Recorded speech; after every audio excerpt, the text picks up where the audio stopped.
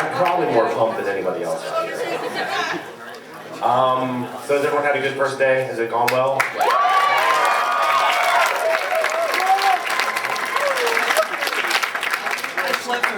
Well, you probably don't want to hear me stand up here and talk, so I will go ahead and start. We are so pleased to have the one and only voice of Optimus Prime, Mr. Peter Cullen.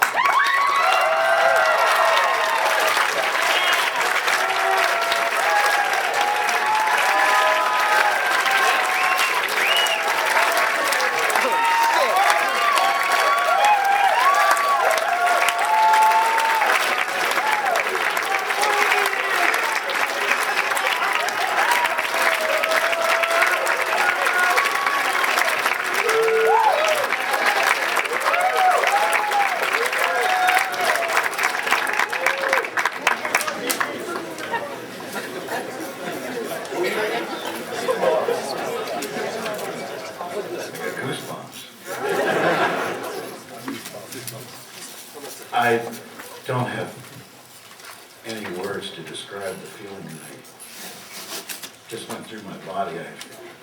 I mean, this is probably what they feel like when they're being thrown out Oscars or something.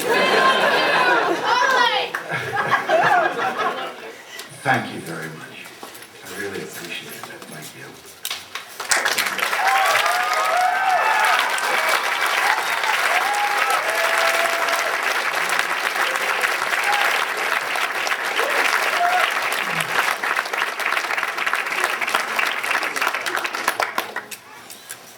It's a great pleasure to be here.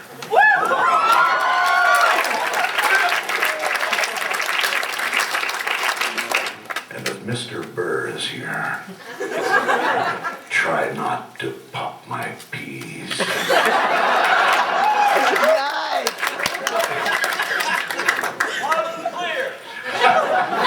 Hey, Wally. Well, there's the big guy. Did he bring out his bullwhip? I understand there were about 15 young voice actors that were trying out for some of the parts that we will be doing later, I understand. And I just wanted to ask if you were well treated. Do you need a lawyer? Residuals! Are any of you spitting up blood? Just a little. Just a little? Nothing fatal. He kept making us do different takes of spitting it, so. With Wally, we used to have to do several levels. We had to create armies with 4 or 5 or 6, 7 people. And you had to scream. And you had to yell. And Wally would have various ways of getting at it. He would say, okay, I want an A level, a B level, and a C level. We'll do the A level first. I want high. Oh, lots of highs. Young people. Really? A kid like that? Well, not screaming. Hysterical people. Okay, that's good. Okay, good. Take 1. All right. That was good. Okay, A level, take 2. Thank you. We're going to do a take 3 on the A level.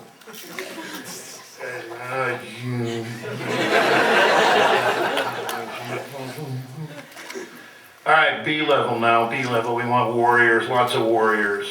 You know, heavy warriors, it's that really hysterically puffed out warriors, or whatever. B level, take 1, take 2, take 3, take 4. C level, I want agony.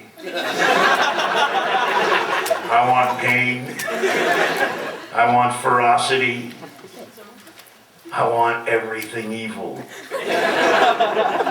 Take 1, take 2, take 3. All right, now let's get down to the script. Oh boy, Wally, it's great to see you. It's great to see you. He is one great director, Wally Burr.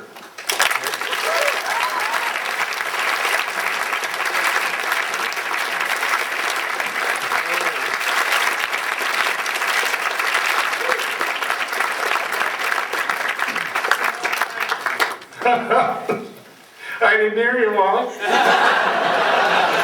hell was that? Oh. Oh, gee. That was the B level. We're going to the C. We'll go to the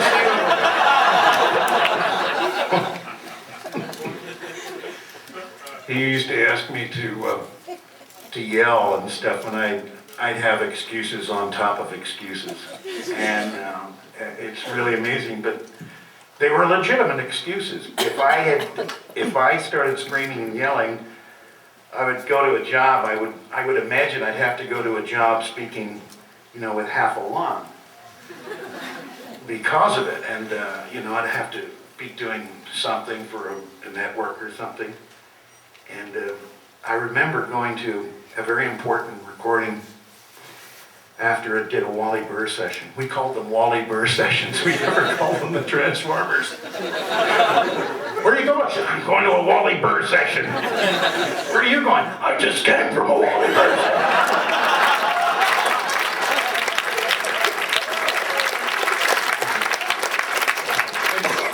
Yeah, Wally. May I introduce this element?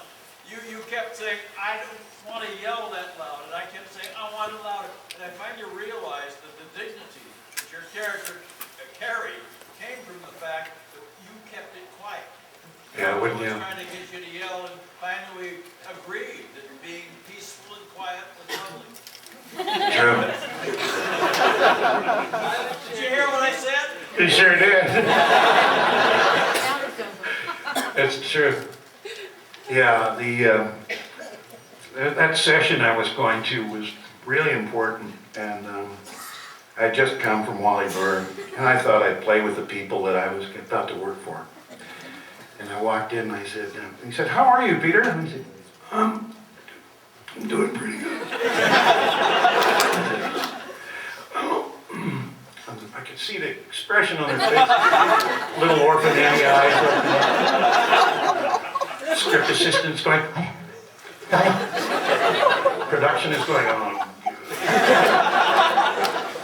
I said, yeah, it's the right side of my throat is really screwed up.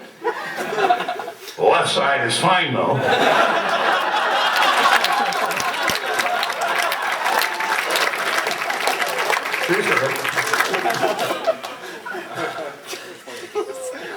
Well, I don't know what else to talk about.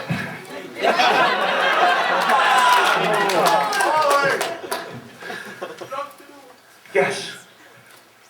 Tell us about some of the outtakes and some of the clubs in the recording studio. Well, they were daily. How are you? It's great to see you. Oh, thanks.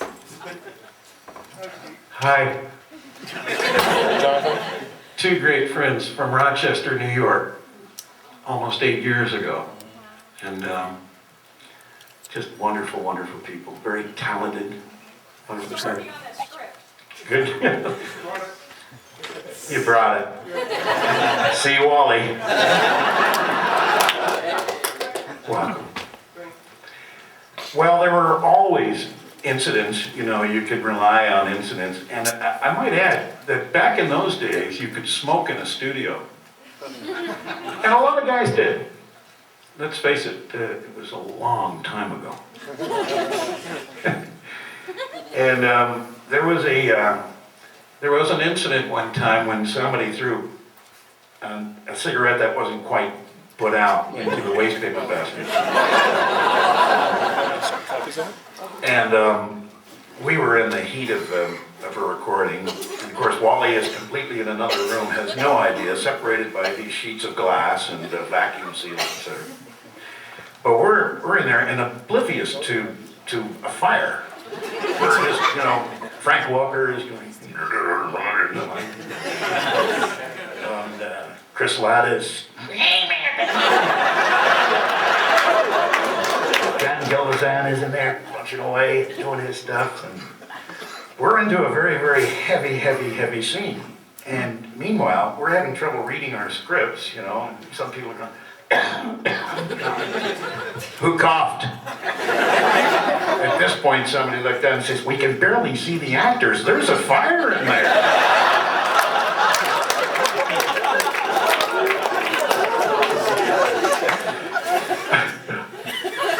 Yeah. And of course, there were a lot of times when we would just try to aggravate Wally by, not sticking to the script. Being a little vulgar. Changing words. And I can remember at one point we would go in and just completely reinvent our characters. And Wally was sitting there going, "What page are you on?" "I'm on page 2. That Ironhide. Get me the tape of Ironhide." And Ironhide, comes and saying, "Who is the guy that wrecked my transmission?"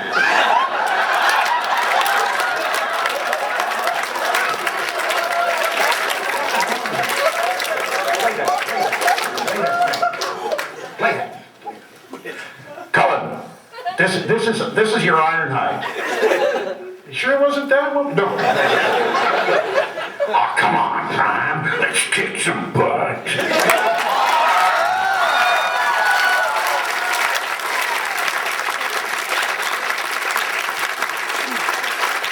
Oh, that one. Yeah, Peter, it wasn't Truman Capote. I think that was in G.I. Joe, or I don't know, whatever it was. Voltron. The professor in Voltron. Little things like that kept us alive. Yes. Yes, sir. When you were doing the opening, the Voltron voices, did you think you would become a cultural icon that you are seen by a lot of people as today? No, never. Believe me. I had no clue. An actor, I think, follows his instincts and tries to do what he thinks is good and natural and honest to himself. And that's what I did. I tried to convey what I thought or interpret to be strength. And obviously it affected my kindred souls. You guys, we must be a lot alike. Thank you.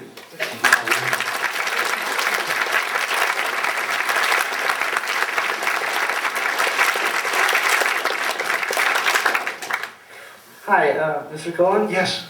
This is an immense honor to me because Optimus Prime will always be the Autobot leader, no matter what happens.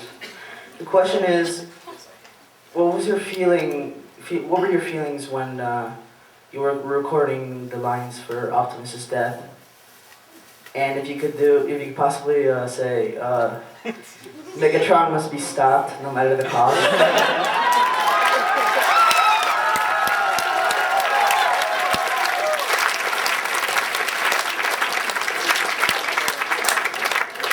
Good question. Yeah, when I read that part, when I came to it, I was kind of stunned. I said, "There goes the series." Not unlike a soap opera, when they get rid of somebody who's a troublemaker. Kill that person. That person gets pneumonia and is gone next week. I read it and I looked at it and I said, why? I guess it's come to an end. I guess it's all over with the movie. I just figured that's what it was. And Megatron must be stopped. Was I dying then? Wally, you gotta help me on that one. Am I dying now or am I kind of alive and kicking? Megatron must be stopped. Okay, take two. Okay,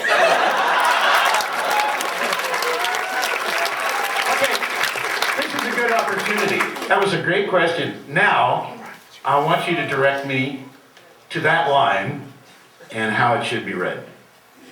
He says it something like this. Voltron must be stopped, no matter the cost. Okay. I forgot this part.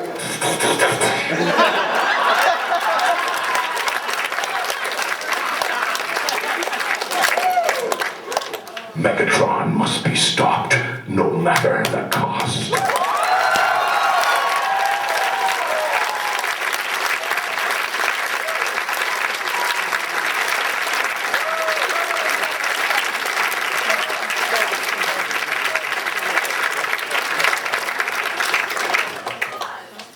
Hello there, good to see you again. I was also, when you showed up in '97, at a fun introducing to my Japanese friend outside the after the panel, if you remember it all. Anyway. It's like, okay, who is this person?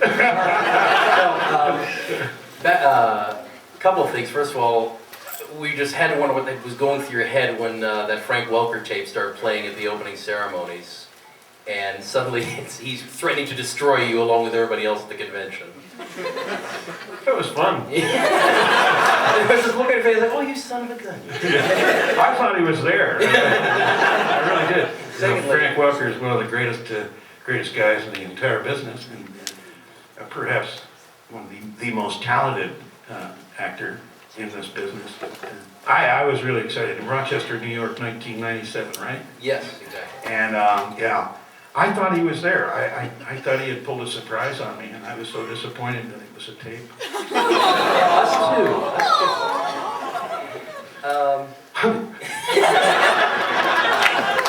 All right, take two on that. The other bit was, we had the distinctly odd pleasure of meeting Michael Bell a couple of years ago, and he told some interesting tales about breaking you up in the recording booth. Constantly. Yes. He could, he could do anything, and I'd laugh. He's just a funny guy. I mean, he's legitimately hysterical. And a certain type of personality can get me, to a point where I cannot relax my stomach muscles. I can't. I mean, I could try to be serious for about 3 minutes into a session with Michael Bell there, and all he has to do is look over and just go like that. And now we're going.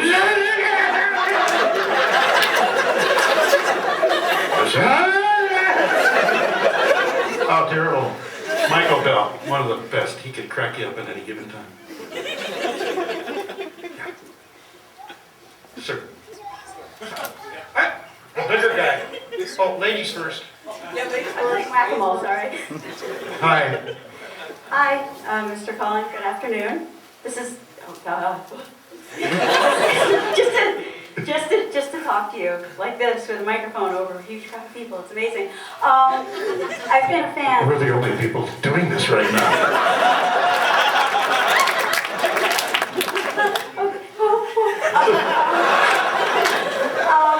I've been a fan since the age of 9, and I have to say that you've always kind of been an inspiration to me as a little awkward girl, being the only little girl who's still at the ages of 12, 13, 14, 15, still likes Transformers. And I was curious to know, what part of yourself did you feel you brought to the character of Optimus? What part of yourself do you see most in Optimus Prime? Thank you. Well, thank you for the kind words. I think you have to draw from something, and certainly Optimus was a leader, and he had a tremendous power and a tremendous respect from his followers, and respect from his enemies. And I've always been aware in my lifetime that leaders are never hysterical, they're always in control, and they're compassionate. They have a sense of humanity to them, and a sensitivity that is covered with tremendous armor, impenetrable armor, allows them to maintain that sensitivity. In my experiences growing up, I had a lot of people that I could relate to in my life that were very, very similar to that. I had a brother who was quiet and strong. He's gone. And I had an older brother who was a captain in the Marine Corps, and he was very similar, along with a lot of his Marine Corps friends. They were very similar to that docile yet commanding strength that I find really intriguing about leadership. And I thought practicing those qualities would best define, after I read the audition for Optimus Prime and was looking at Optimus Prime, I looked at the sheet that I was given and I said, I'm going to employ all the tactics that I think are necessary for perfect leadership. And I went in and I read it, and like most auditions, you never find out whether you got the job or not, but you do find out if you do get it, of course. And Wally, along with some other people, picked me to do it. For that I am extremely grateful, always will be, to Wally Burr, and who allowed me to be what I wanted to be. I remember when we first started the series, I insisted that I wasn't going to yell. I said, I don't want to yell. He wouldn't yell. I don't know if Wally, you remember any of that, but he was perfectly agreeable because he's a former Marine. And that would go through him. Captain Armored Corps. Ah! That's Ironhide? Ironhide. The question is, would I... What did you think about the character? Ironhide? Why was he Southern? How did you view him when you came to... Well, I think the words, the lines that they gave me dictated the character that he was going to be. He was a no-nonsense, kick-butt guy. And he was gung-ho. And he had a little bit of a loose cannon in him. And I don't know who I was thinking of at the time, but they threw the character at you the first day you're there. You say, well, you got the part of Optimus Prime, but we want you to play these other characters. And so you take a look at them. And now this guy was heavy set, and he transformed down into this van, right? Well, but his physical characteristics dictated to me, and that's how I judge character. I try to look at what he's going to look like. What he looks like physically, I think, is what's going to transport his voice through the chest and through the thickness of the neck, and you know, and the size of the head for the cavities and the sinus cavities and all the resonant areas that create a voice. So he just looked as if he was, you know, gravelly, deep, and rough. And I suppose I'm going to pick that voice like that, yes. So that's what I did. Like it or not.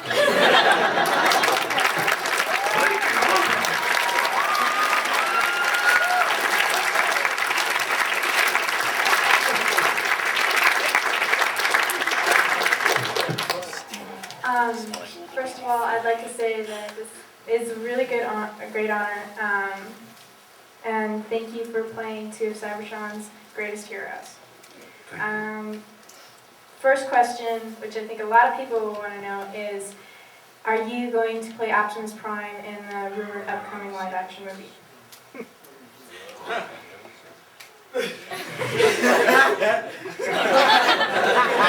Oh no!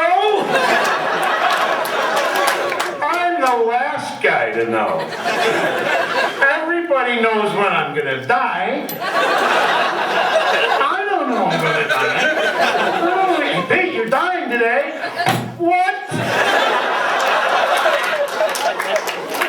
Gee, I have no idea. I would be the last to know. Really. Sure. I'd love to. Well, Botcon if they don't.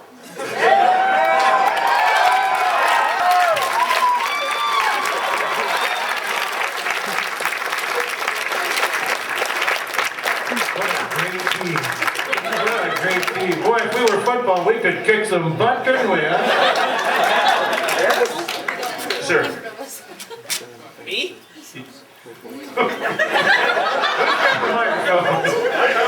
Help yourself, mister. Yes, Waspinator has a question for Optimus. First of all, I have to say thank you. The chance, I went out and tried for the voice tryouts, fortunately made the 15. And I just want to say thank you, because the chance to do a script reading with you was worth any public humiliation I may suffer. Thank you. You've reaffirmed my core as a trans fan. And my question is, after 20 years of Transformers, and now on Toonami, you're doing the voiceovers for the commercials for Armada and Energon. You picked that up? Mm-hmm. Oh yeah. I didn't know anybody would pick that up. For all you guys,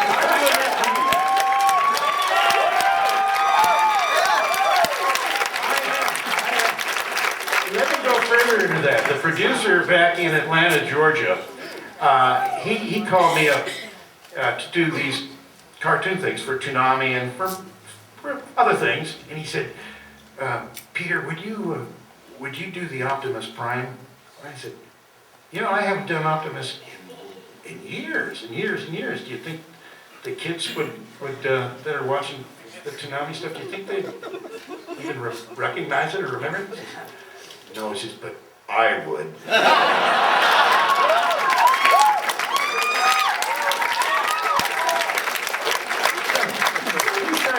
Some great spots for a multitude of cartoon series, and he puts Optimus into a place that he's never been before, almost like a wise guy. You ever hear some of that stuff? I like for Tenchi video, the one about behind every man is a good woman. Tenchi's got 6. Or these guys might save the universe if these 2 idiots don't screw it up. Or Gundam as you've never seen it before. But it's real fun to do those commercials, and I'll be thinking of you guys when I do it, knowing that there is an audience out there paying attention to it.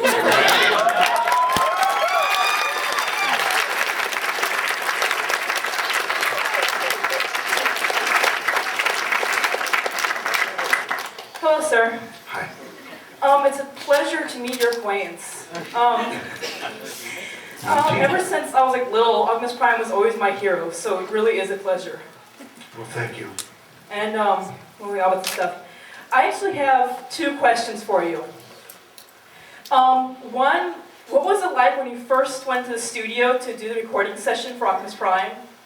And the second one being, what did you think when Hasbro decided to put the female Autobots in?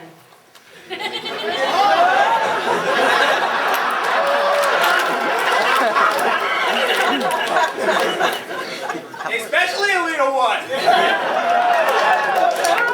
Question number 2 first. What a great idea.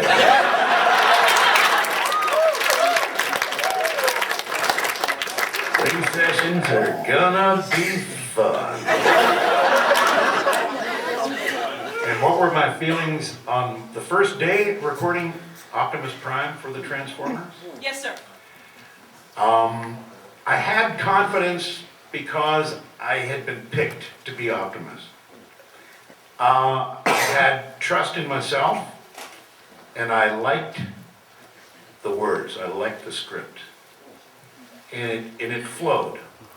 And Wally and I had talked, several of the other actors talked about it, and he said, this is gonna work. And we had no idea, but all these years later, I guess it did. Yeah. Thanks to you guys.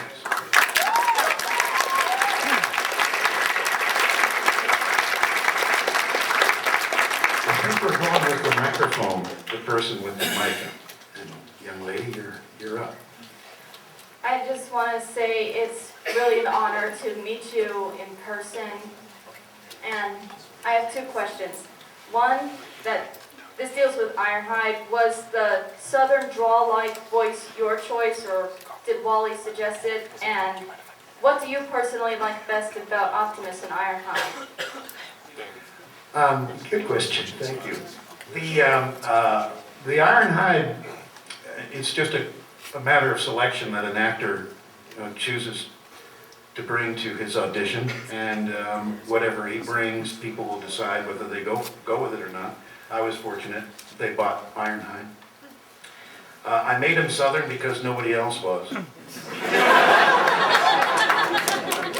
I like to, every now and then, just to split things up, make things comfortable. We're gonna do that today, make everything good. Today. And also, I kind of had him toned after a friend of mine. His name was Smokey, and he was from Texas, and he had been in the Navy. And he was a tall, lanky string bean. And he loved the Dallas Cowboys. And he used to say dirty things like, "Don't piss down my back and tell me it's raining."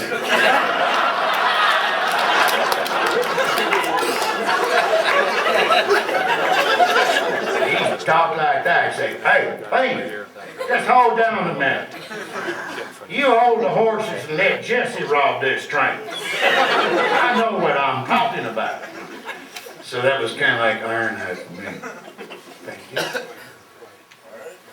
Hello? Oh, right here. Hi. I was wondering, what was your favorite episode to record of the original Transformers series? Well, that would be episode 2. No. I can't honestly answer that question because I don't really remember any one script. They all flowed, and they were always enjoyable to do.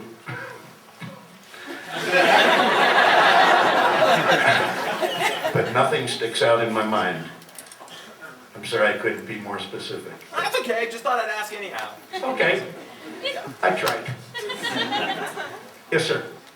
Mr. Cullen, it is a great honor to finally meet the voice of Optimus Prime. He's been my hero ever since I was 2. Yeah, I know I'm hardcore. Don't look at me like that.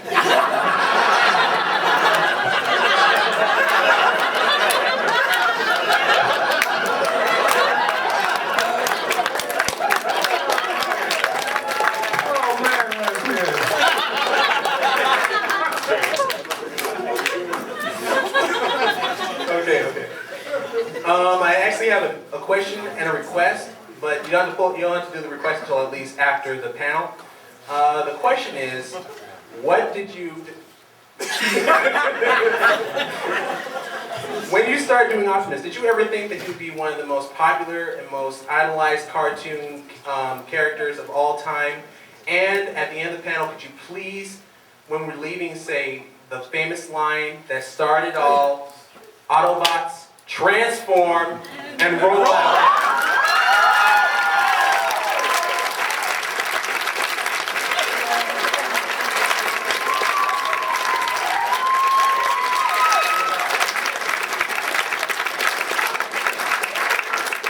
I would think the opportunity in my lifetime to go 15 rounds with Mike Tyson and beating him would have a better chance than the success of Optimus Prime. Believe me, I had no idea, no clue that it would ever amount to what it did. And I mean that from the bottom of my heart. I had no clue. I had no idea. Well, guess better what? chance It against did. Mike Tyson. It really did. Yes, sir. It's a great honor meeting you, and I just one question. What's your thoughts on how they kept killing Optimus and bringing him back? That's interesting because we were just talking about that outside. I had a hard time resolving the fact that, you know, my salary was going to be cut off. And then, you know, dying in the movie and with some pretty heavyweight characters like Orson Welles, you know, and Leonard Nimoy, guys like this. You know, it was bittersweet. But the return of Optimus Prime, it was kind of strange. You know, it was just explained to me, and I didn't know the answer to that. I didn't realize that because of a lot of people like you resented the fact that he was gone. And it upset a lot of people, and that's primarily why they had to write those 3 scripts to bring him back. And for that, I'm very grateful. Grateful for you for believing in the series the way you did. Yeah, thanks. It's time for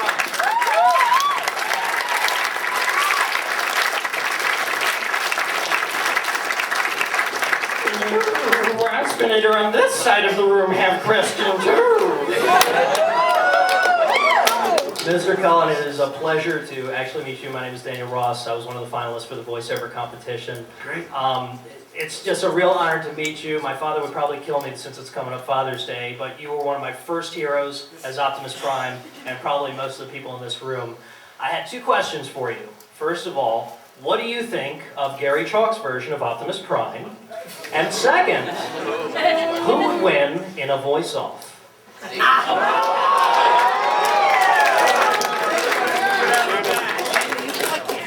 Number 1, I haven't heard it.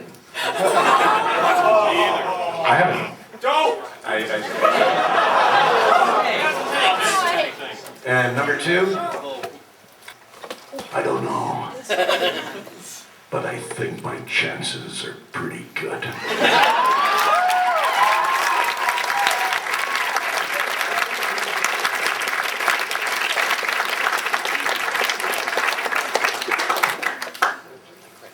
I was in here earlier listening to the panel with Dan Gallison, who's Bumblebee, and he said you guys had like 12-hour sessions, and it seems like after being in a room with him for 12 hours that you might want to hit him or something like that. Did you ever hit him?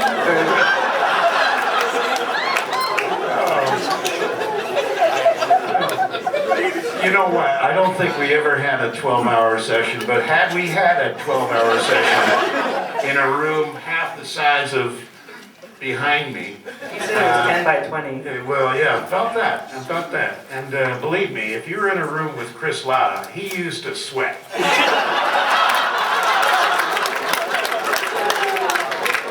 And a lot of the times, he didn't bath. I'm telling you, he would come from one job to another, and he'd be worked up from the job he was at before, and I'll tell you, he didn't go home and shower and come to this one. Believe me. You do it in that small little room. In 12 hours, I guarantee you, there would have been some fights.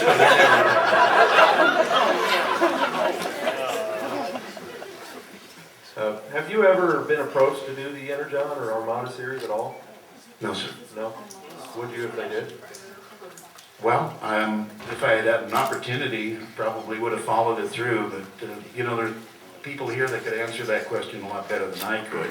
Wally Burke, for example, he would probably be in it too, so involved with it. I have no response to that really other than that. I do have one short one. Did you do the Donato's commercials? Yes, I did. We're from Indiana. I always hear those, and I thought that's Optimus Prime right there. Yeah, I wish I hadn't done that. I really do. I'll tell you why. I did Donato's, and it's playing in one state. And then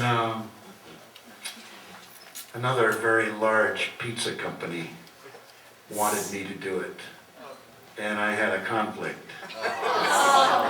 So I could do Indiana, but I couldn't do national. Yeah, it was very sad. I called my mother. Down with the pizza companies! Down with the pizza companies! Boycott that! Not with the pizzas! I don't eat pizza anymore.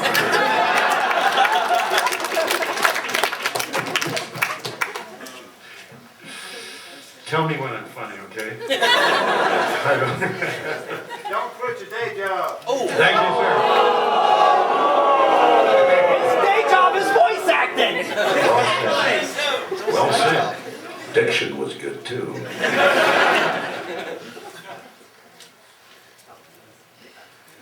Mr. Cullen? Excuse me. Mr. Cullen, I have question, do you have any side projects, television, movies, literature, etc.? Let's see. What's up, Eeyore. Hello, thanks for noticing.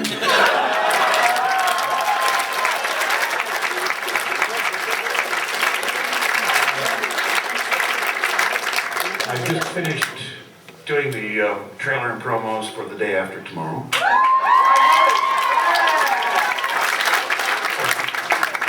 Where will you be?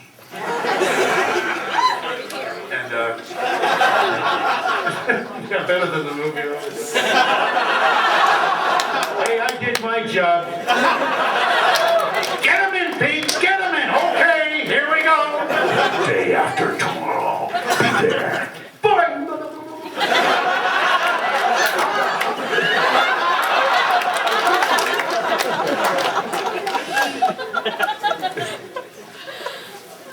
How did you feel about the cancellation of the series? Like, were you irked if the series was canceled before they could incorporate Optimus Prime's Power Master feature? I was looking forward to a new series so I could pay for my analyst. I was very overcome by grief and terrible misfortune. Nobody recognized me anymore. I had nobody to write to. Had nowhere to go. It was a very sad period of my life. I was very sad. Had no idea. Never got a fan letter. Never received one. Had no idea we were popular. I didn't even know people watched the show. And, you know, being voiceover, who recognizes you anyway? Check, please. I know your voice. You're Optimus Prime. I don't think so.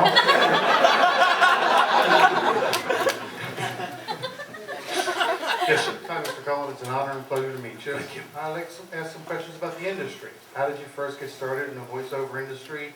What were some of your first characters? And what were some of the characters you didn't get? I don't know how many of you have ever heard a cartoon character in a comic book called Gerald McBoing Boing. Yes. When I was a kid, I had a peculiar talent. I could mimic a sound after hearing it. Don't ask me why or how it happened, but when I was just very young, I could do it. My mother used to say, "Don't do that, you're going to ruin your voice." But I could do foghorn, you know, a little kid, and I could make my voice 3 or 4 times lower, like Foghorn did in those. I forget the. Looney Tunes. Dumb down here like this, remember? You gotta talk like this. But I could throw my voice that way.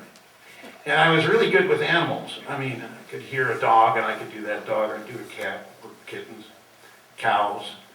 Worked a lot on farms and ranches and stuff, and could do stallions, mares, little colts, fillies. Could do the pigs, could do the cows, and I'd walk into a barn sometime, there'd be a whole bunch of cows standing there, and I'd make a loud noise, and they all look at me. And then I would go into characters. I would just make up characters as I went along. One in particular I cared for was, I guess, probably about 10 or 11 years old, not so long after the Second World War, in a large barn with all these cows staring at me, and I would go into a German dialect, and I'd have their their perfect attention, and I would, give them orders and tell them what to do, and stuff like this. And when I walk down, they just follow me like this.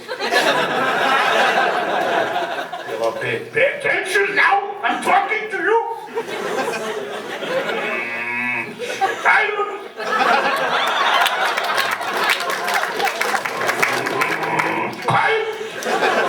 I want you to speak, I ask. Anyway, it started like that. I would entertain myself. I was alone a lot.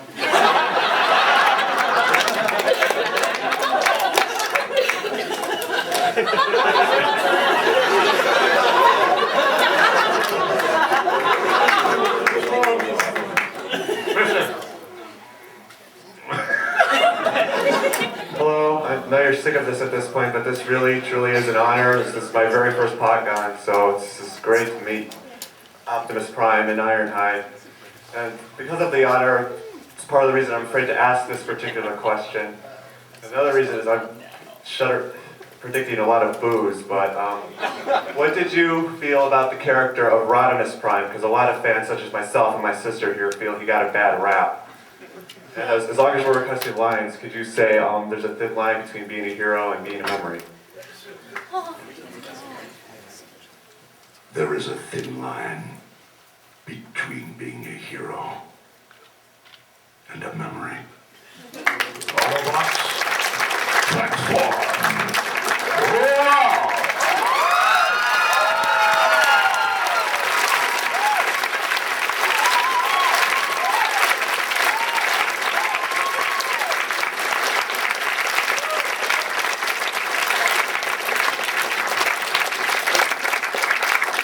I can die happy!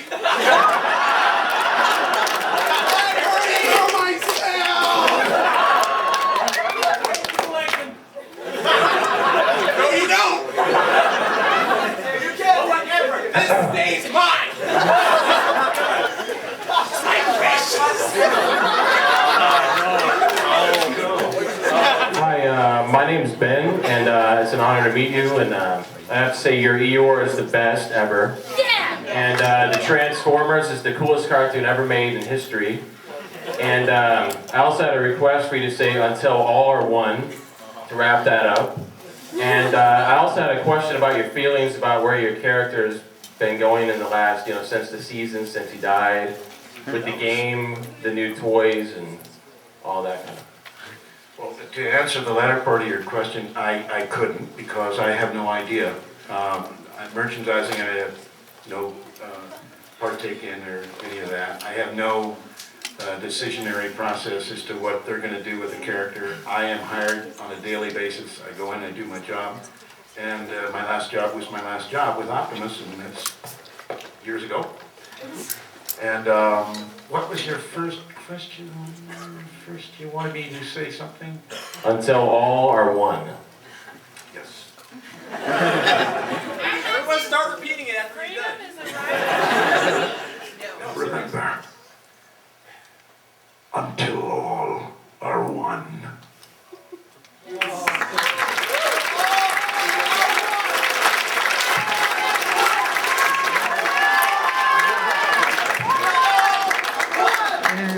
Peace is the right for all salient beings.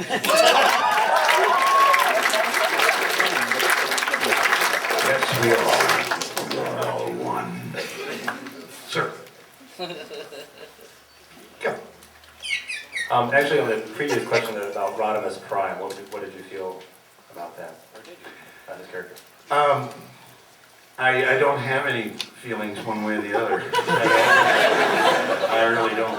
I mean, it's another character, it's not mine. It's not mine, and I don't know. I don't know what the general consensus is either. So, we were two different guys. So. Does that help? Thank you.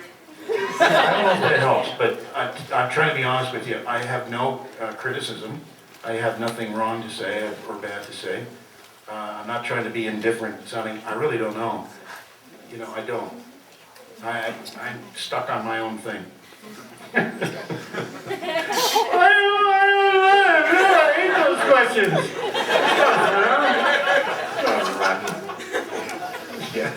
Hey, have you seen the episode of Family Guy where Optimus Prime shows up I'm sorry, would you... Have you seen the episode of Family Guy where Optimus Prime shows up?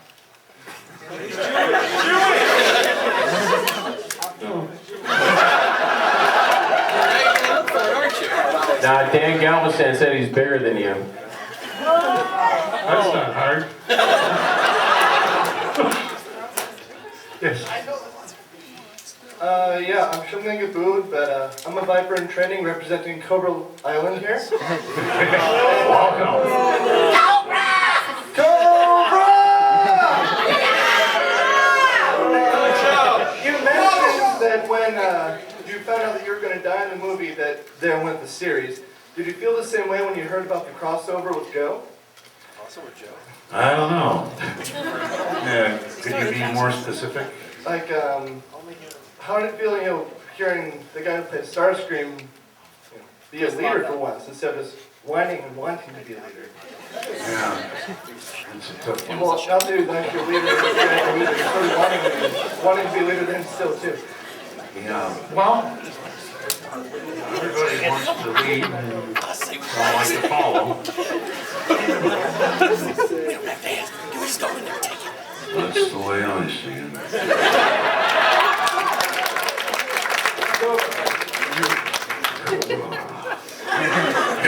Joe! Help me. Hello. Hello, sir.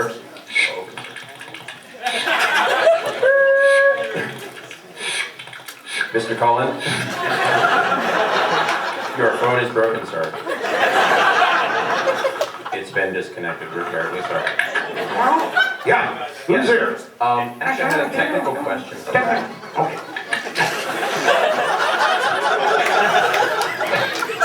I had a technical question about, where are you? Michael Bell. About Michael Bell had discussed the early days on how it was similar to the golden age of radio, such as George and Gracie, Fibber McGee, and Molly. And nowadays you're trapped in a little bitty booth, like a phone booth, and you talk. Could you compare, contrast, pros, cons of that experience? Radio, I had the great fortune of being in radio when I was in my teens in Canada, and I worked for. Thank you very much. It's a pleasure to be here today. Thank you. For the French-speaking people in the audience, the same thing. So I worked at the CBC in radio, and they did everything in big studios with the sound effects people there at the time, sometimes with audience, a director in the booth way above you, with an orchestra. They were the great golden days of radio, and we did a lot of drama and a lot of comedy. I kind of got my feet wet in the radio world in Canada as a young man, and it's probably one of the greatest experiences I've ever had compared to the small little cubicles that we work in today. That's a very impersonal place to be, and what a great transition from those days where the excitement of people, combining the careers of sound effects people and musicians and actors on the stage is very similar to live theater today. And I was very grateful for that opportunity. It taught me a great deal. I miss it. I'm so sorry. I didn't mean to say it. It's a sad question. But Michael Bell was right. Those were great years of radio. I'd like to see them come back. Public radio has a few.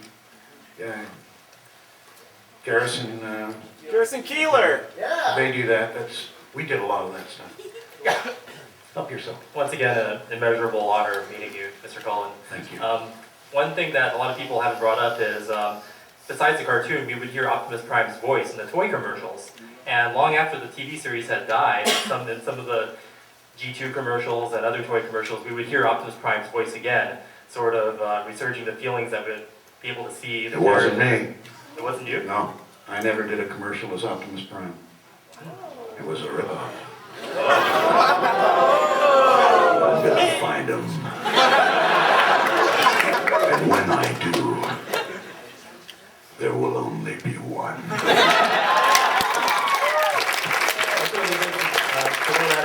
Now, so we know that it's been strung along all these years. Yeah, they did a good job if they could fool you. Thank you. Rip his head off. The Matrix. Go. Mr. Cullen? Yes, sir. Over here. I just want to present something to you real quick. Excuse me.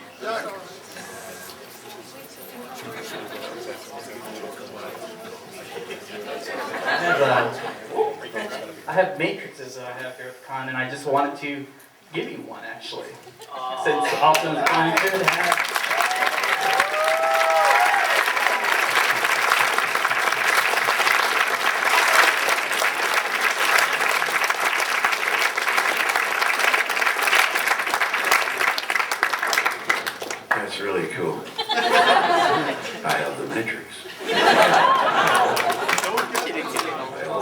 have yours. Don't give it up. No, sir. Put it in your chest. No.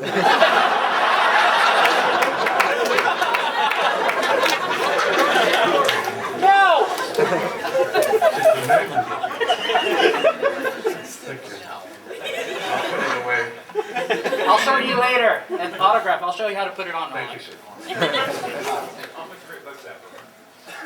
I guess it's my turn. Well, I will continue with the Gush Fest. Mr. Cullen, it is, in fact, as everyone said, a truly great honor. I mean, Optimus Prime and Megatron were always my definitions of good and evil. And my personal Optimus story was the very first Christmas I remember in 1984, were my first two Transformers, Optimus Prime and Shockwave. And it wouldn't have been nearly as important if it wasn't the character of Optimus Prime. And unfortunately, all the serious questions I wanted to ask have already been answered. So I'll just settle for, I guess, two less serious ones. Number one, when you recorded the G1 show, was it recorded, did you all individually record each part, or was it recorded as an ensemble, like a radio play? Ensemble. All right, and Hasbro never even gave you a toy? No.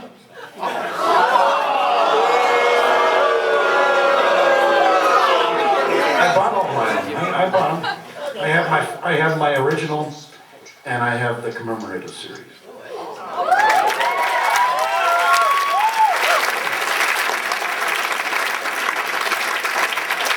The original one didn't stand up too well over the years. Visiting friends, you know, their kids and stuff would find it, and it's kind of sick, but it's held together with duct tape and stuff. It's mine. It's mine. The cure-all for everything. Yeah, that kid holds the world together. Light side and dark side, it holds the universe together. Once again, Peter, I have to repeat what everybody else said. It's a tremendous honor. You've been my hero for 20 years. I was there in '97, and I've been to almost every Botcon, and that's still my favorite memory is your appearance in '97, which can only be eclipsed by this appearance. My question, again, all the serious questions have been answered. I have a rather humorous one to ask. Are you aware that there's an actual living, breathing human being that has changed his name legally to Optimus Prime? He's actually in the U.S. Armed Forces, I forget which branch, and at one point he was stationed in Iraq recently. No kidding. It was actually a minor news item about 6 months, a year ago. Oh, that's fantastic. You know, I know you can get through. There's a lot of resources to get through to military. I was always curious of whether there were some military sections that had nicknames for Transformer characters and stuff. Because I certainly would have responded to anybody had they, gotten ways to communicate. But I just recently did through the Spirit of America, and they do some great stuff. And a lot of the Marines there are I understood, to be in their early 20s, and would have been probably Transformer fans. So I'm looking into that. Spirit of America.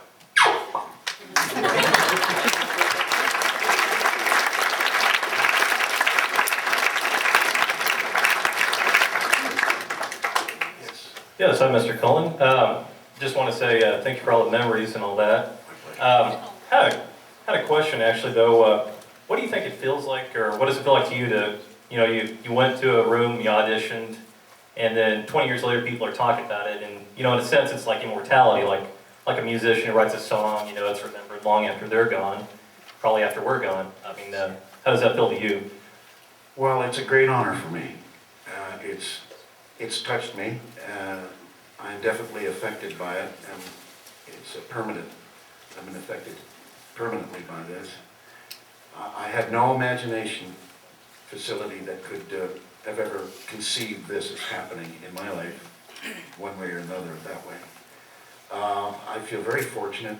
I'm very proud, and I'm very, as I said, extremely grateful to all of you, and you have no idea how you've touched my heart. I am indebted to you. And thank you. Thank you very much.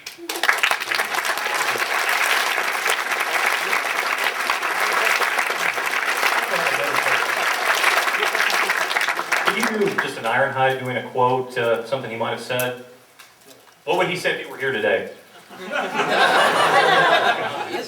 Oh, come on, Prime. Let's go down to the bar and have a drink.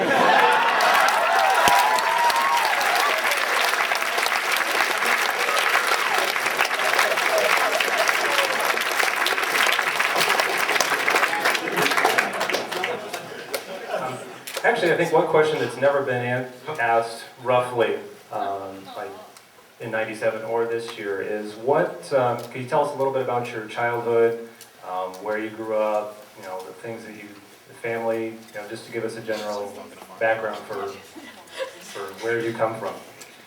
I was born in Montreal, Canada, of American citizen parents from Boston and New York.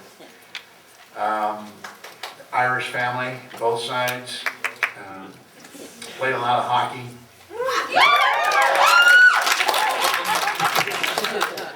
Was pretty much an athletic kid, and I was the clown, the class clown in every year of every school that I ever went to, and I went to a lot of different schools because of it.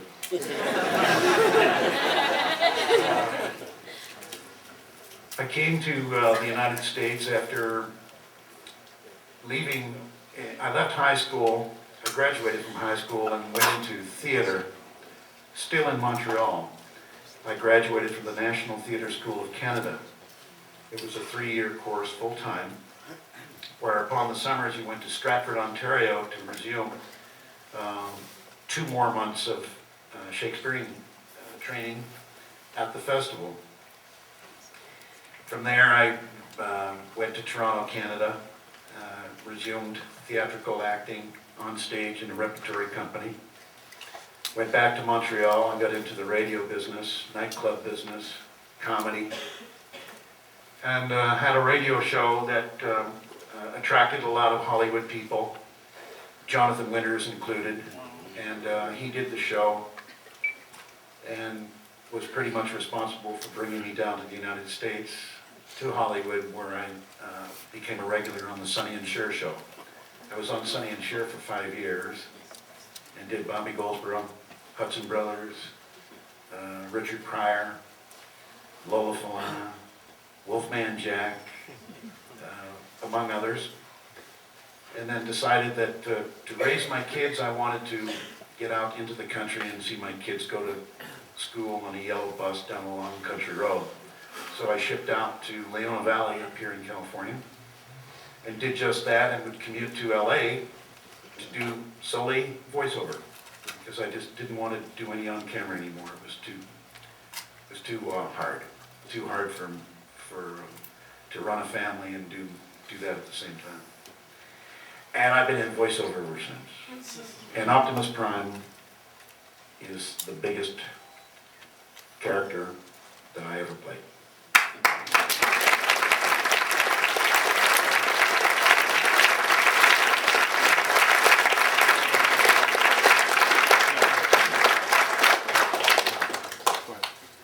Over here. This is my first convention, and I guess I'm pretty amazed when I hear y'all voice actors.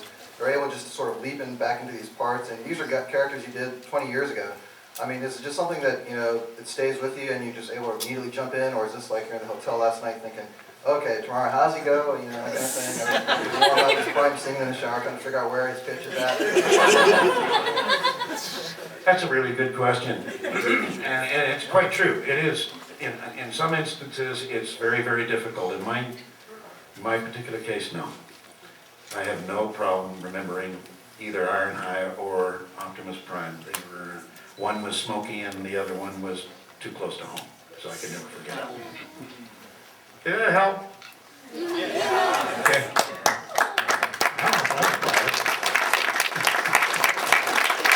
I'm getting vague now. I'm getting vague. Yes. Mr. Cullen, I have to reiterate what everyone says. It is truly an honor to be here and talk to you like this. Thanks. I'm in the IT industry, and I've noticed this in mine as well, and in yours, that there's been a lot of outsourcing to foreign countries. In your case, Canada, I think, is where they get most of their voices. What are your thoughts on that?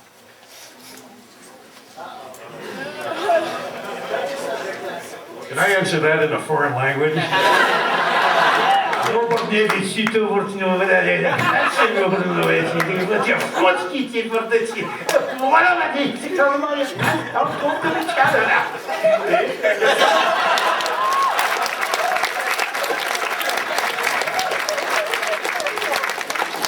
I'd like to say something nice about her, as much as I can, but, nobody likes drain. Nobody likes brain drain. Nobody likes, losing work, somewhere else. But let's face it, that's reality. It happens. So, whatever it takes, you move on. Just go for it. Yes, sir. You had mentioned earlier that you hadn't done any of the commercials. Later on, after the show had ended, they did the big puppet Power Master Optimus Prime thing. I was kind of wondering if you'd done the voice for that. No.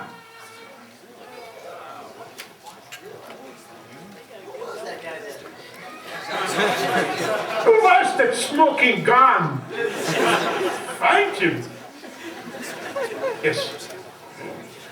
I just want to say pleasure, what's up, and I'm from Brooklyn, and I want to say happy Father's Day. And another thing is, you use John Wayne in your voice with Optimus a little bit, right?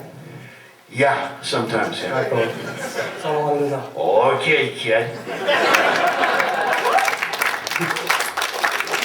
Good ear. Good ear. Yes, sir. Where's your cowboy hat? It's in my car. I'll wear it tomorrow. I'm coming right from the barn, right to here, in my jeans and my hat. I might even have my spurs on. I might even bring my horse. Sir, wherever you are. Yeah, me again. Hi, how are you? How have you been? I'm fine, Prime. I'll have my chance yet, Bertrand. I know, I'm a usurper, pretender to the throne. God bless you, Chris. I just had another question. What did you think about the theme songs of the cartoon throughout season 1 through 3? And have you heard the soundtrack to the movie? Good stuff. Huh? What do you guys think?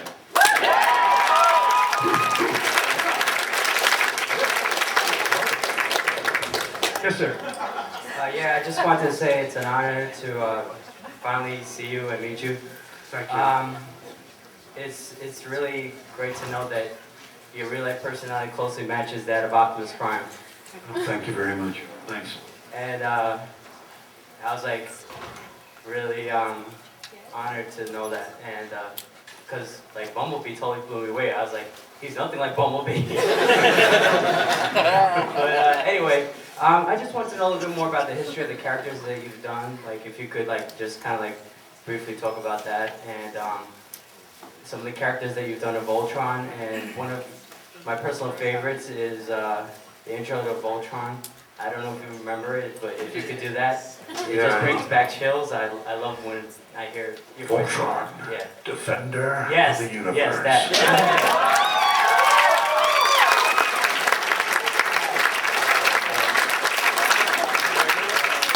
Yeah, a lot of characters. I was surprised I had a computer. I became a mature adult and bought a computer. And I was going through some of those search engines, and I was surprised to find out that when I connected to the Botcon thing, and my name was connected to it, and I linked up to something on me, on just my name, and somebody had gone to the trouble of listing all the cartoon characters, or not all of them, but a huge amount of cartoon characters. And to answer your question more pointedly, if somebody had asked me what that character sounded like in this long laundry list of the characters, I would have no idea. I would have to look at the picture, I'd have to see the character and get buzzed by it again, but gee whiz, Just that a lot of us are Transformers fans, and before we had Transformers, we had Voltron. If you could do some of the voice characters from Voltron, that'd be like spectacular. Gosh, well, there was the professor who talked like this. He wore a velvet suit, you see. Yes, I can't quite remember exactly what he sounded like, but somewhere within this, you see, with this little fluffy collar, with long white hair, and quite intellectual, as you could imagine, because he was a professor. Yes, and I don't remember anything else, because I sleep a lot.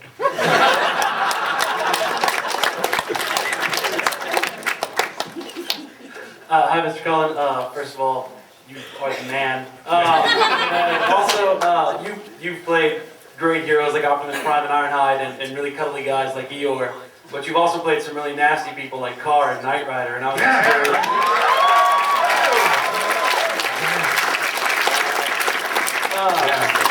curious. There was one other character, but I won't tell you that.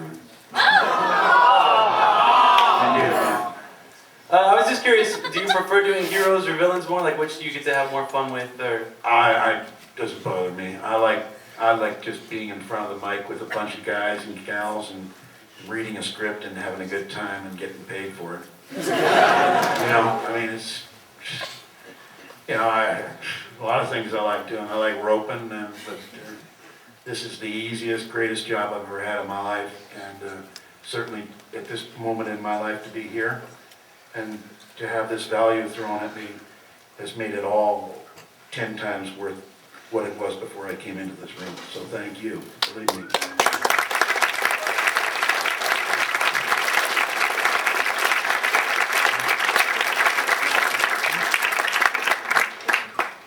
Okay, we're going to do 3 more questions before we cut it off and for the final part of this.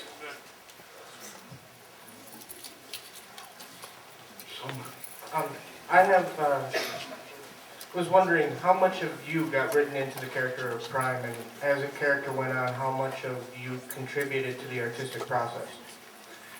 I have no idea, but the only thing I could provide to that character other than consistency was, the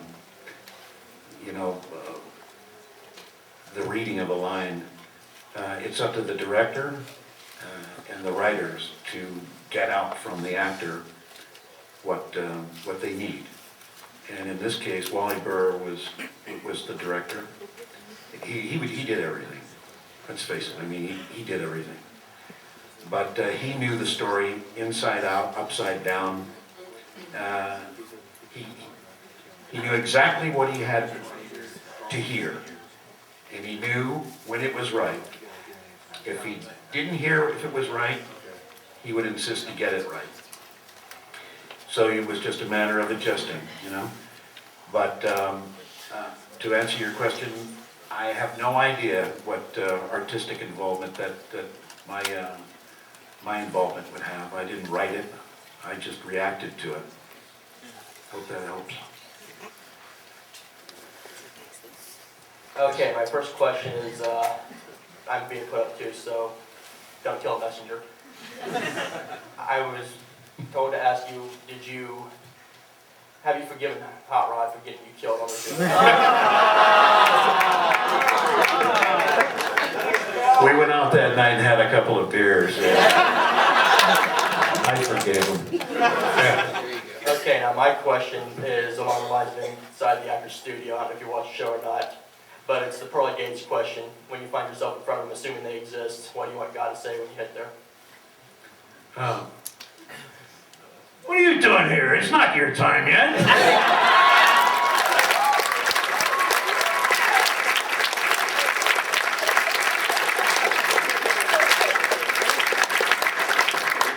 A better one would be, what would you like your best friend to say standing over you? He moved!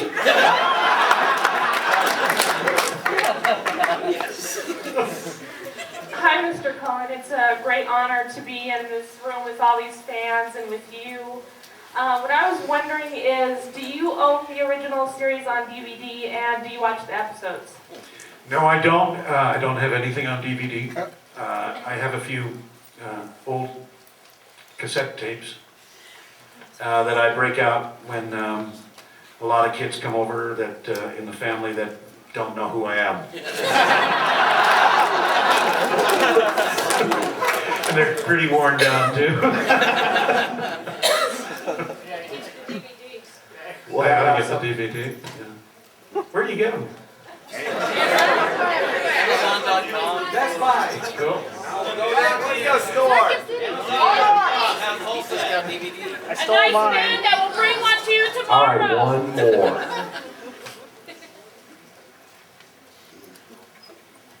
Where are you? Here comes Carl. Who will be the lucky? Mr. Cullen, it's an honor to meet you, sir. Thank you. I was wondering, if you hadn't gone into acting and doing voices, what would you have done?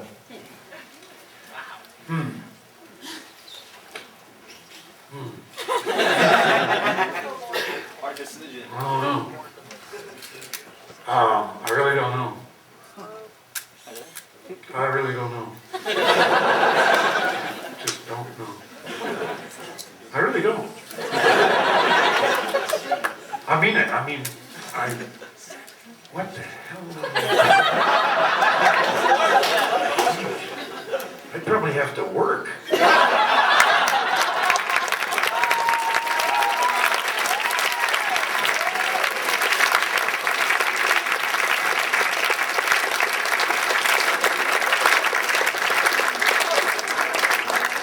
At this time, Bill from Bill Toys and Games has got the little gift for Mr. Cullen he'd like to bring up to him.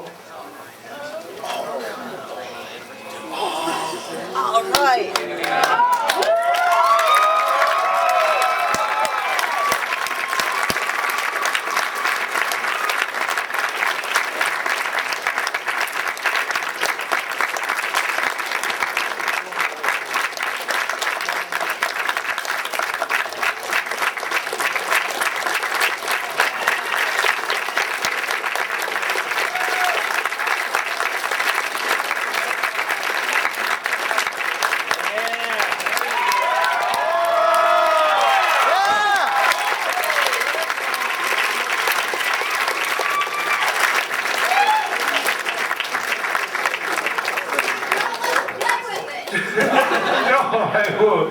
This is incredible. Thank you. Thank you very, very much. That really means a lot. And I'm just very grateful and I appreciate it. Thanks.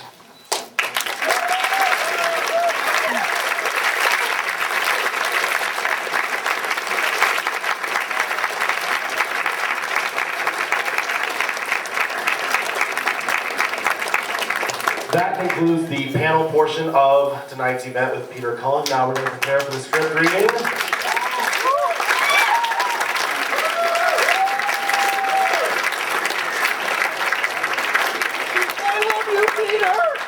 First, I'd like to invite up to the stage Mr. Michael Mcconaughey, voice of Trax and Cosmos.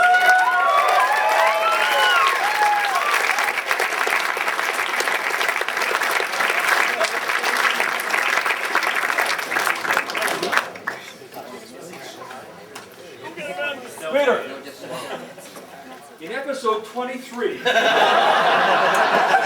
when you told Bumblebee you wanted him to go outside and...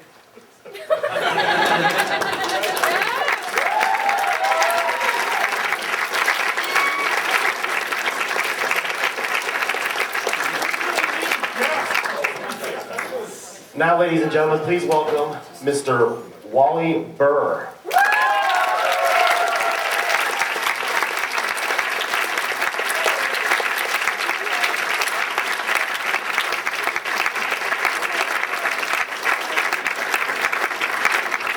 Wally was the voice director for every episode of Transformers and G.I. Joe.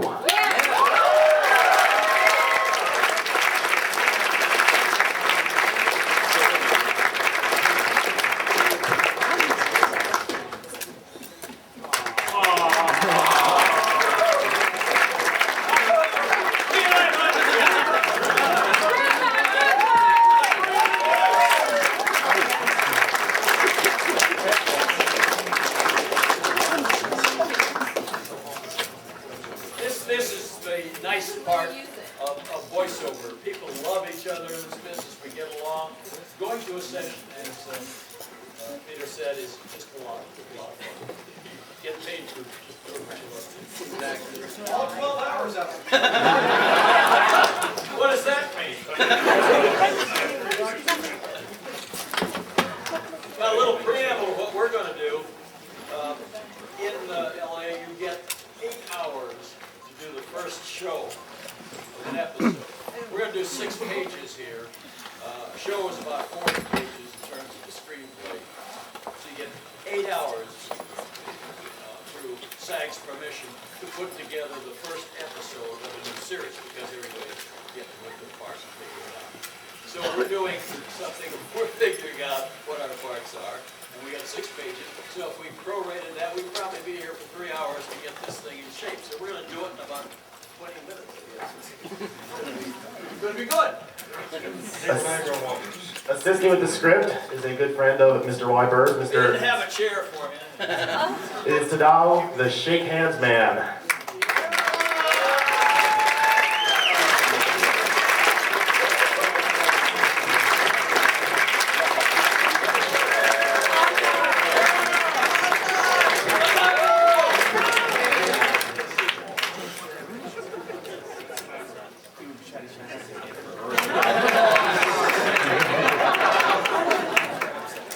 Now at this time I would also like to invite up our 2 winners from our Wally Bird event that took place this afternoon. They were selected from a group of over 150 people that showed up Friday night to partake in our mock audition session. They are Emerald Ivy and Tim Finn. Come on, big round of applause.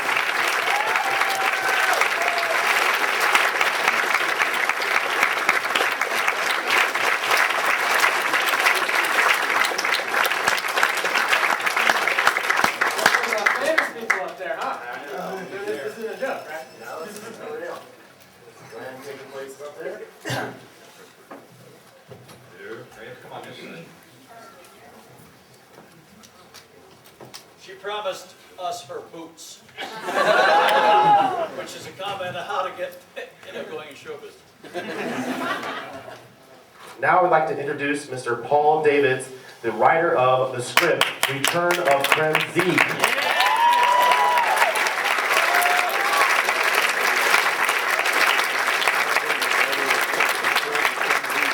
Thank you. I've been working on this script actually for the last 3 years, 4 months.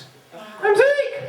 And actually, Pete called me up about 4 years ago and suggested that we work on this. It's been through 670 drafts. I'm Zeke! Here I am stealing your part. That's a line reading. I don't like it. We'll work on it till we get it right. 6 hours from now, you'll excuse me. But I had the honor and privilege of being at 80 of those Transformer voice sessions. I'm still recovering after all these years, so it was fun to write this with Pete Sinclair, who helped so much and got the idea that we should bring back Kremzik tonight, in honor of Wally Burr, who did the original voice of Kremzik. So let's take it away, Wally, it's your night now.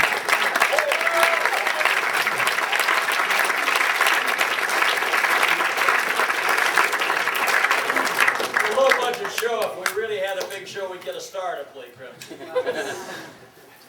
All right, now this will be, did you explain exactly how you will be interrupting from time to time, just to show the audience how it would actually work in a session? Yeah, well, I see, the idea possibly for Pete was to just run through this thing and read it all perfectly. We're not going to read that perfectly, but in any case, sessions are stopped constantly, aren't they? No. For a pickup, somebody kicks the microphone or pops a pee, and so we'll do it somewhat that way, although we will skip along more rapidly than you would in a session. Really, if we were going to do this letter perfect, I would like to have like 3 or 4 hours to nail it down. Or 12! Pardon? All right, dead already. What was that? Or 12. Oh, or 12, yes, yes, too many. Beginning to resent that. You'll have to take that up with Bumblebee then. Never took longer than 16 hours to do it. I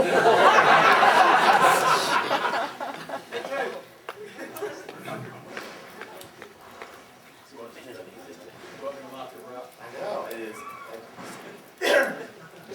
Flop sweat.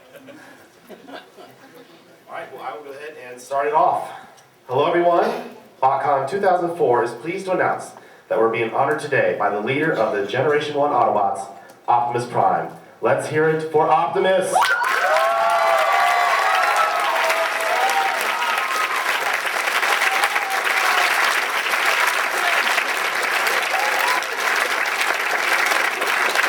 Optimus has brought with him today Trax and Cosmos, so take it away, Optimus.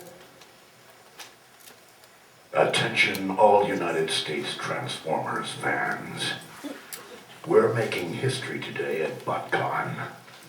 For the first time ever, Botcon has arranged a special live communication between the Pasadena Convention Center here in Southern California and a convention of Japanese Transformer fans in Tokyo. How exactly do you figure on linking us up, Prime? Cosmos and I will use Sky Spy's live transmission beams to bring us a hologram communication direct from Japan's Transformers convention, which is taking place right now at the famous Shibuya Center in Tokyo. Prime, I hear that they've got the new Mazda RX-8 model at the Shibuya Center. Think we'll have time to see it? Let's make the time. I mean, Jazz told me, confidentially, of course, he's thinking of an upgrade.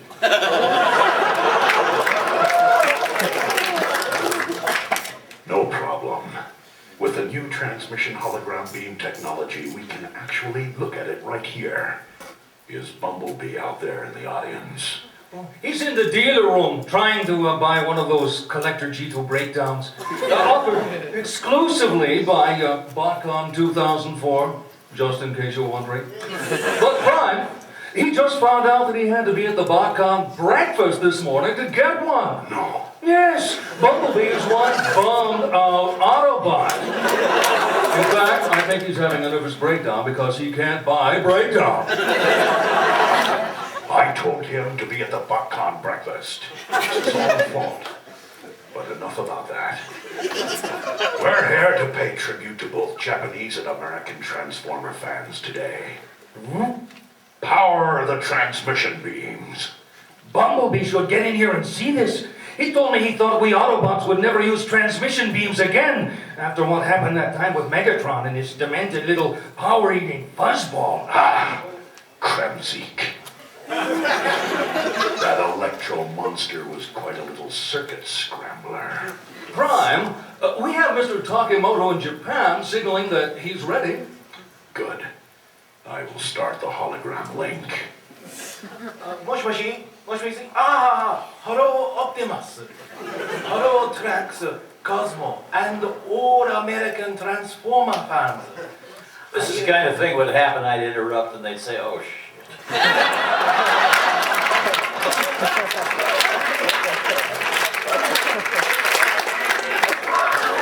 I would just like to request one thing. Come in a little louder as though you're projecting over a long distance system. It's psychologically, appropriate. Right? Right. I'm always right. You're always right. You're always right. No more projection. Moshi, hello Optimus, hello Trax, Cosmos, and all American Transformer fans.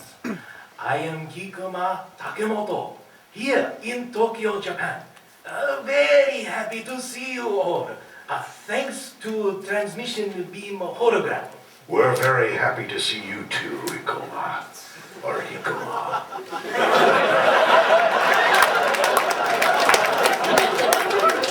I apologize for not getting your name correct. Correct me if I'm wrong. Is it Kikuma Takemoto? Yes, it is Kikuma Takemoto. I'm relieved. Nice to meet you, Kikuma. We're happy to see you too. Today is an honor and privilege for all Autobots. Excuse me, Optimus, but could you ask Mr. Takemoto if he could bring the Mazda RX-8? I'd just like to see it. Tracks. Later, Tracks. Can't you see that I'm speaking? Yes, well, accept our gratitude, Mr. Kikuma, and that you are able to join us today. I did say that right, didn't I? Very good, yes. How did I do that? Let's move it along. I'd like to read my line again. I loved it, Peter. You mean you don't want me to read it again? I've heard it too damn many times already. Wally, tell him how to read it. Oh, oh, this is the way that should be. What's the line? Please accept our gratitude that you're able to join us today, Mr. Takemoto. Can you do that any louder, Peter? I'm You sorry. have a promo session later? Never mind. Optimus does not yell. Please accept our gratitude that you are able to join us today, Mr. Takemoto. Oh, thank you, Optimus. You're welcome. No, I heard you speaking a moment ago of Crimzik. No need to worry about him anymore. No? Crimzik has been locked away in a circuit trap for almost 20 years. Are you doing that in Japanese or English? Right, like, do you want me to do in Scotland?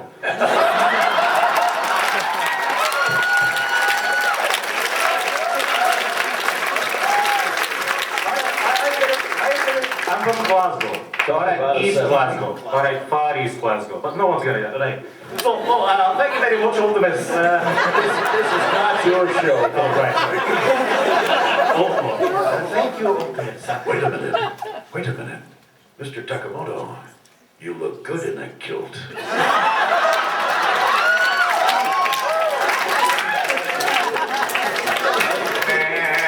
Moving right along. Oh, thank you, Optimus. I heard you speaking a moment ago of Kremzik. No need to worry about him anymore. Kremzik has been locked away in the circuit trap for almost 20 years, since he terrorized Tokyo. Good. Well, I suggest you keep him there. Oh, so. No, let's see. I have him here somewhere, though. Mr. Takemoto, get that circuit trap away from the transmission beam. Oh, no need for alarm. Everything under control here. Kremzy could escape if you get too close to the beam. Kremzy! Prime's right, Mr. Takemoto. How do you like that? Well, do it again. This time as if you meant it. Kremzik. Prime's right, Mr. Takemoto. Kremzik is made of pure energy, and circuit traps can't hold pure energy if they were to... Kremzik! You know, Wally, you're just going to have to come in a little quicker on that. Words that weren't in the script. You know, Wally. Do I have to take this? You're going to have to do it again. We got to take that. Okay, we'll take it. Prime's right, Mr. Takemoto. Kremzik is made of pure energy, and circuit traps can't hold pure energy if there's nothing there to break down the walls and prevent the... Well, you said it! I'm so fascinated by your reading. Now you know why he's the director. Wally, are you wearing your reading glasses? Never mind. And circuit traps can't hold pure energy if... Insert line here. All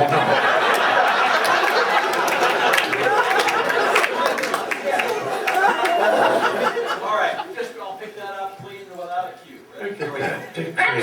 Kremzik! Oh no!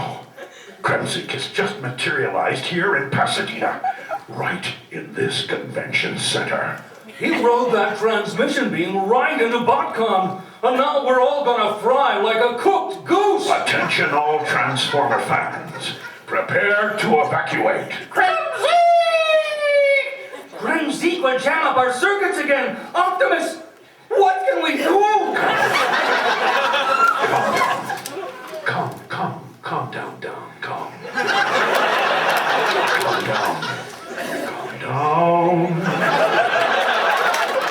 down. Peter, it's not your contract. Calm down, Cosmos.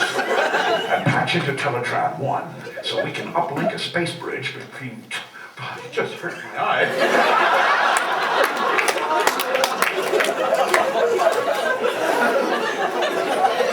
It's usually a lot more fun than this. Now, all the words are in Japanese. Don't look at me a lot.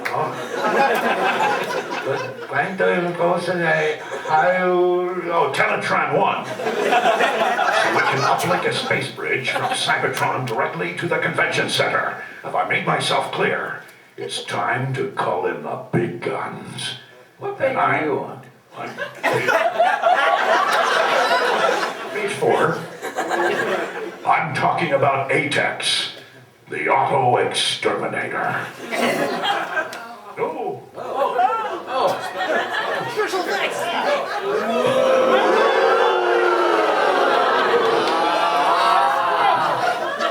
B-level.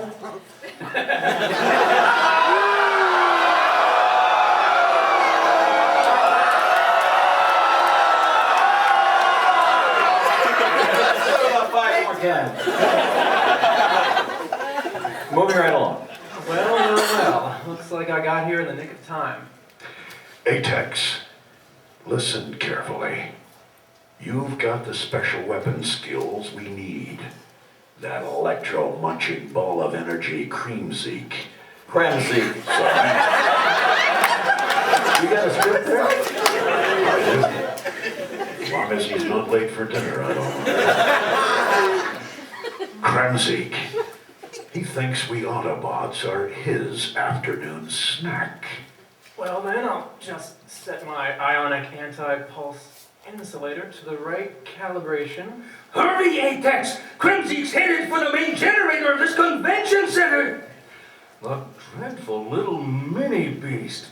He's gonna shut down Botcon and I haven't even signed any autographs yet!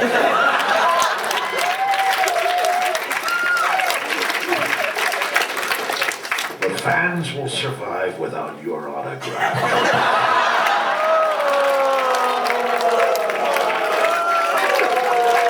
We have bigger problems. Megatron has been sighted in the dealer room. Bad news! He's coming this way with an energy magnet! Prime, you take care of Megatron and I'll handle the little bundle of neutron joy. Atex, hurry! Just give me one more second. One more second is all you have, Autobot. We just lost power in the convention center.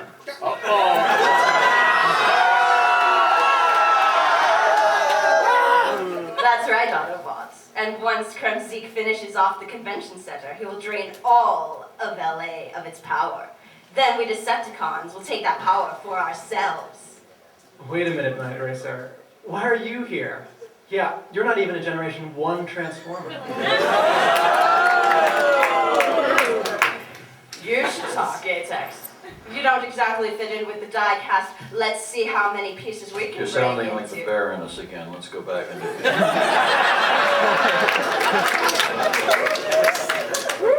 She did a really good Baroness earlier today, for those of you You should talk. You should talk. You don't exactly fit in with the die-cast. Let's see how many pieces we can break into Generation 1 bots either. Why don't you go get yourself repainted?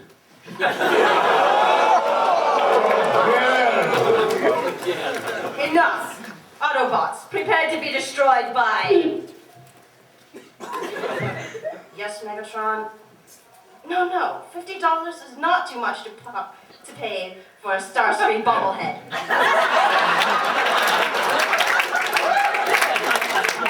I thought you were bringing the energy magnet. Yes, everything is going as planned.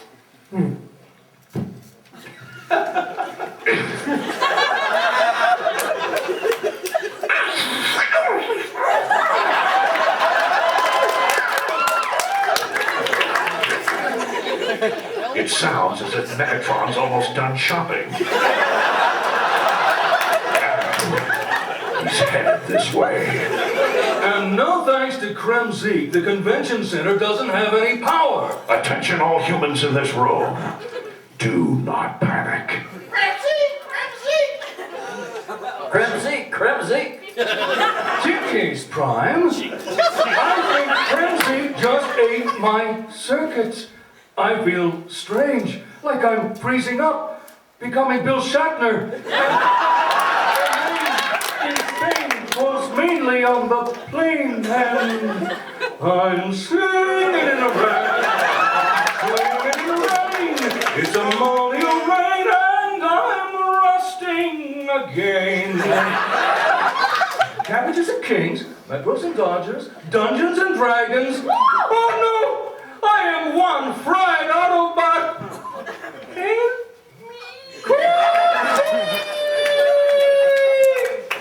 So, Night Racer, you and Megatron found out that Kremzik is back, and you came to take the energy he gathers for yourselves?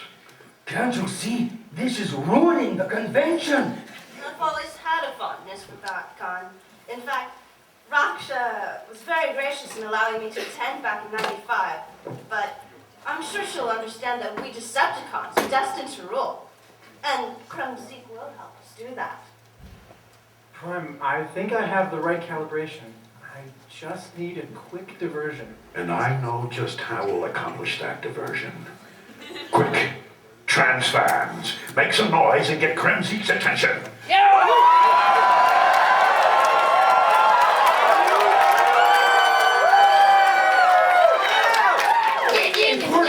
He's being separated and dispersed. One last charge to do the trick. You did it! Excellent work, Atex. Excellent work. Prime, that's why I'm here. Remember, no electro bug is too big or small for the auto exterminator. One more, get your 2 in there. Prime, they got 2 2s. 2 3? Read the line again. Yeah. Prime, that's why I'm here. Remember, no electro bug is too big or too small for the auto exterminator. No! You foiled our plans. Again! Optimus, we have the link with Mr. Takamoto back up, and we're ready to go. In 3, 2. Singing in the rain. My line says, to audience, thanks to all you Transformer fans for your cheers. Great diversion tactic. We Autobots appreciate it, and we hope none of you had your circuits jammed by Kremzik. Thanks to all of you, and have a great Botcon.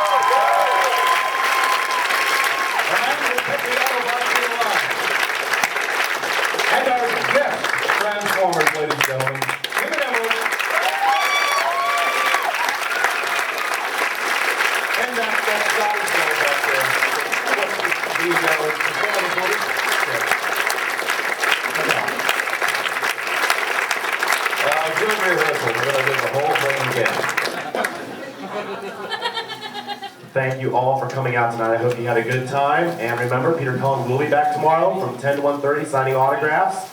So we hope to see you all tomorrow. Have a great night.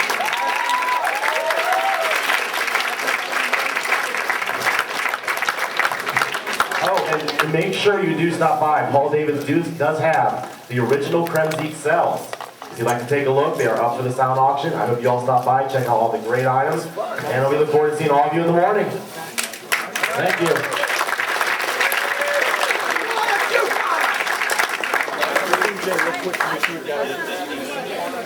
art